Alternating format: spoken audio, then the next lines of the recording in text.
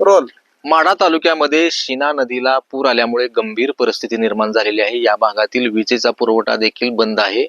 दळणवळणची साधनं देखील ठप्प झालेली आहेत आणि अक्षरशः लोकांना आता पाणी विकत घेऊन प्यावं लागतं आहे। खरं तर एक बाजूला महापूर आणि दुसऱ्या बाजूला अशी परिस्थिती निर्माण झाली। माझ्यासोबत 80 वर्षाचे आजोबा आहेत। आजोबा, मला सांगा, किती वर्षानंतर हे पूर येतोय? पूर जन्मापासून हीच पाणी आमच्याकडे पूर येत होता पहिला।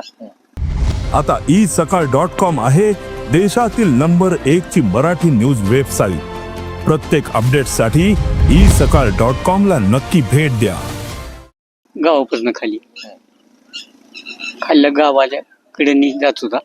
आता ही पहिलीच बारी 2 किलोमीटर यायची। होय। हा, किती वर्षानंतर अशी परिस्थिती बघताय? हे काय 80 वर्षात सांगतोय ना। बर, असं पाणीच कवाल। मग आता काय लोक पाणी विकलं जातं म्हणून कळतंय काय खरं?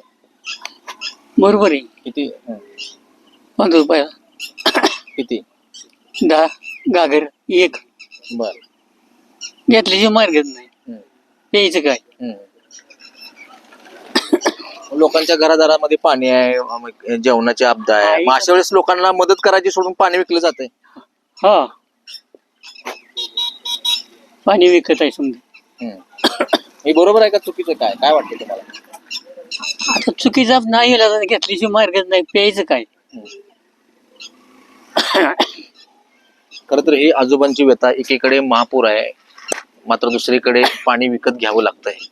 अशा परिस्थितीमध्ये खरं तर लोकांच्या मदतीला इथल्या स्थानिकांनी धावून जाण्याची गरज होती। मात्र यामध्ये आता धंदा केला जातोय।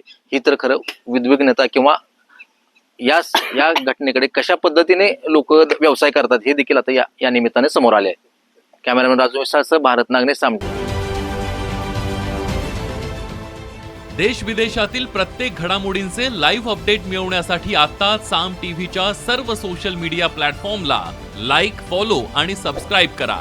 तसंच सर्व नोटिफिकेशनसाठी बेल आयकॉन प्रेस करायला विसरू नका।